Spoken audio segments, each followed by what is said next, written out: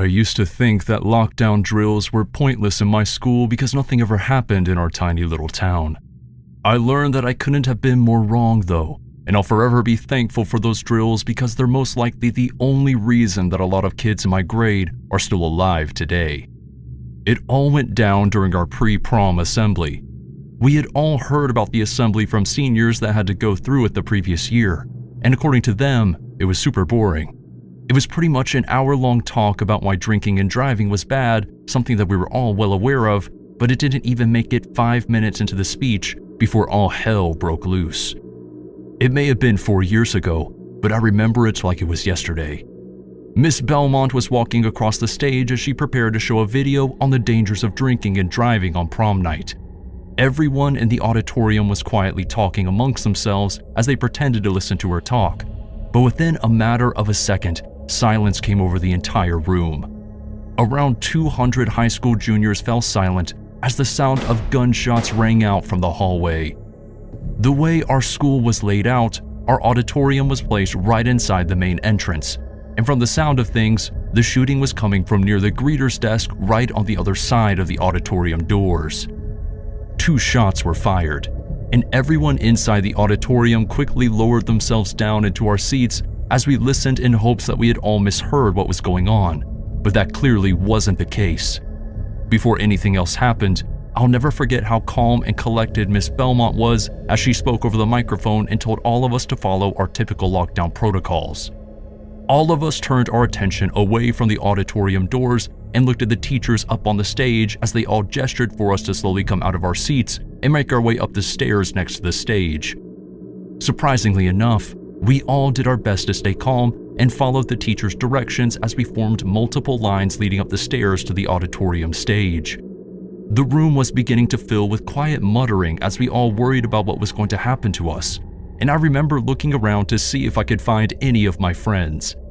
We all slowly made our way onto the stage, and then one of the teachers walked us over to an emergency exit that was located right on the other side of the curtain. He began ushering people through the door, which was what we were all taught to do since the auditorium doors didn't lock properly. After exiting the door, we were supposed to make our way into the hallway between the auditorium and the music classrooms, and from there, we were supposed to go right into those classrooms and lock the doors as we waited. I was toward the front of the line, and I remember feeling the teacher pull me forward to keep the line moving as we began walking out into the hallway. However, I didn't make it 2 steps out of the door before the few of us that made it out all stopped. We were stunned to see the gunman had made his way around the auditorium and was now looking down the hallway that we're all standing in. We quickly turned around and began forcing our way back into the auditorium as we all yelled that the shooter was in the hallway. We could hear shots being fired as bullets hit the walls near where we had all been standing. Thankfully, we all managed to make it back into the auditorium, and the teacher quickly closed the door behind us. He grabbed a ladder that was right next to him and stuck one of its legs through the door handle and used the rest of the ladder to bar the door shut. It came just in time too, because as soon as it was secured, we could hear the man on the other side of the door trying to force it open. We all quickly stepped away from the door as another teacher made their way around and tried their best to secure all of the emergency exits in a similar fashion. As the next couple of minutes passed, we could periodically hear the sounds of shots being fired throughout the school. Each time it seemed like the gunman was getting farther and farther away, but that didn't matter. Every second that passed, we were all horrified that he would come back our way and try to get into the auditorium again. It took 9 minutes for the police to arrive, but when they finally got there, they cleared out the school and managed to take down the shooter without having to fire a single shot at him. The shooter turned out to be a substitute teacher, and although the 2 greeters along with the school security guard ended up getting shot, they all made full recoveries, and as far as I know, they still work at the school. That was hands down the most terrifying day of my life and the most memorable school assembly that I ever attended. It wasn't until my sophomore year of high school that I learned the importance of keeping at least one ear open when you're in public. And by that, I simply mean don't have both headphones on when you're out of the house.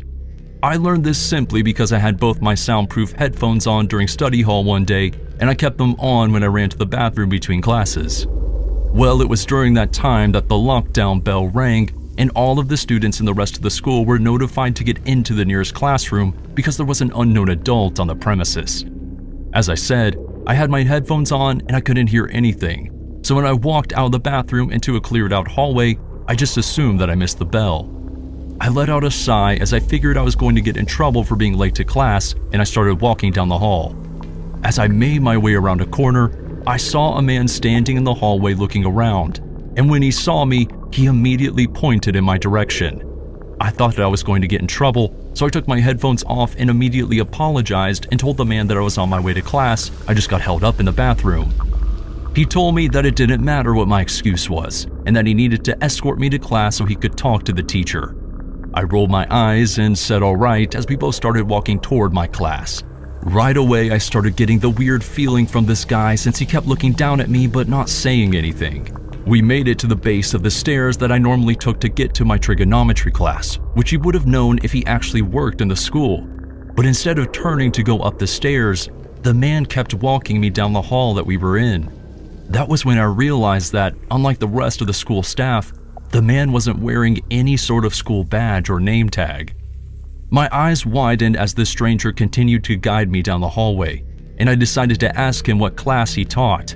He responded by simply saying, "Don't question me." And then he placed his hand on the back of my neck and continued to walk me down the hall. As we made our way around a corner, I could see one of the entrances to the school and knew in my gut that this guy was trying to get me to leave the building. I knew that I didn't have much time, and all I could do was try to run. I started walking a bit fast to try to get ahead of him so his hand wasn't touching me anymore. And the second I felt the slightest bit of distance between us, I quickly spun to the right and sprinted right past him, back down the hall that we came from. I made it to the base of the staircase and started running up it as I heard the footsteps of the man chasing me. As I made it to the top of the stairs, I could hear him getting closer and closer. But thankfully, as I stepped out the staircase onto the second floor hallway, I saw two security guards who were looking for the intruder. I yelled to them that he was right behind me, and they immediately started running toward me. I turned around and saw the man as he made his way back down the stairs, and the school security guards pursued him. At that moment, I noticed one of the teachers across the hall from me gesturing for me to come into their classroom. So I did that as fast as I could and spent the rest of the lockdown waiting for them to tell us that the school was safe. My parents were called and I had to speak with the police after it was all over, and thankfully by the end of the day, they ended up arresting the guy after finding him trying to sneak through backyards in town. They believe he was trying to make it back to his house, which was also right in town. Ever since then, I will always pay attention to any announcement made when I'm out somewhere.